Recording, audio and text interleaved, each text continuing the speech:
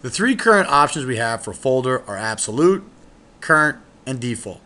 If you choose absolute, Practicad is simply going to ask you to pick what folder you want the report to go. In this particular case, it would go to the PCAD training video folder, subfolder, PCAD export folder. So it would go inside the last folder here, PCAD export folder. If we choose current, it saves it to the Practicad default folder. There's a default folder that is created when you install Practicad. The file path is actually listed right here. It's C drive, users folder, then the name of the users folder, app data, local, and temp folders. And under here in this temp folder, which is automatically generated by the software, if you'd like to use that as a destination path, you can choose current. 99% of the time, users will always choose absolute or default. Default is a very good option to use. Essentially what default means is instead of picking an individual folder for individual reports, you just take all the reports and you say that you want them to go to the default folder. Therefore, if we change the default folder once, it will change the folder paths for all of the reports that have this checked. To show you where you choose the default folder, we're going to come over to the left and we're going to open up our browser. Currently, we are under Training Report. What we're going to do is we're going to scroll up, and here underneath Documentation, you can see we have Report. And if we click on the word Report, we'll save our changes. Once we do that, Practicad opens up a window. It is identical to the window in the How to Use Auto Takeoff, where we demonstrate how to build subfolders. And this window basically allows you to choose the default folder for your reports.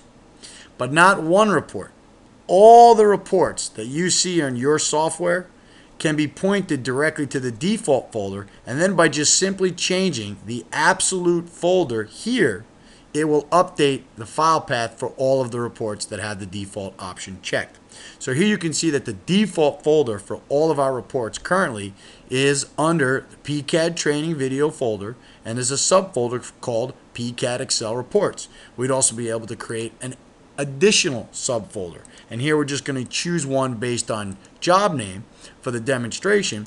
And now what we're going to do is we're going to run an Excel report, and it's going to go to the default location. So once again, the default location is PCAD training video folder, PCAD Excel reports. And you can see here we've got another subfolder which is based on the job name, and the job name currently happens to be PCAD training videos. So if we come down here to the report we're about to run and click on Training Report, and we look underneath the page setup, you can see here that we've chosen the default option. So since the default option is chosen here, it is simply going to take this report, it's going to look at the default report folder, which is listed here, and it's going to save it. So we're going to exit out of Library, we're going to highlight all of the entities on the drawing, and we're just simply going to run this report.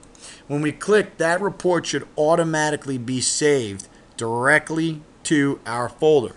To demonstrate this, we're going to go into Programs, My Computer, C Drive, PCAD Training Video folder, PCAD Excel reports, and right here you can see based on job name it's created at PCAD Training Videos, and underneath that happens to be the Excel report we just ran. So this is a great way to make sure that all of your reports will follow one file path.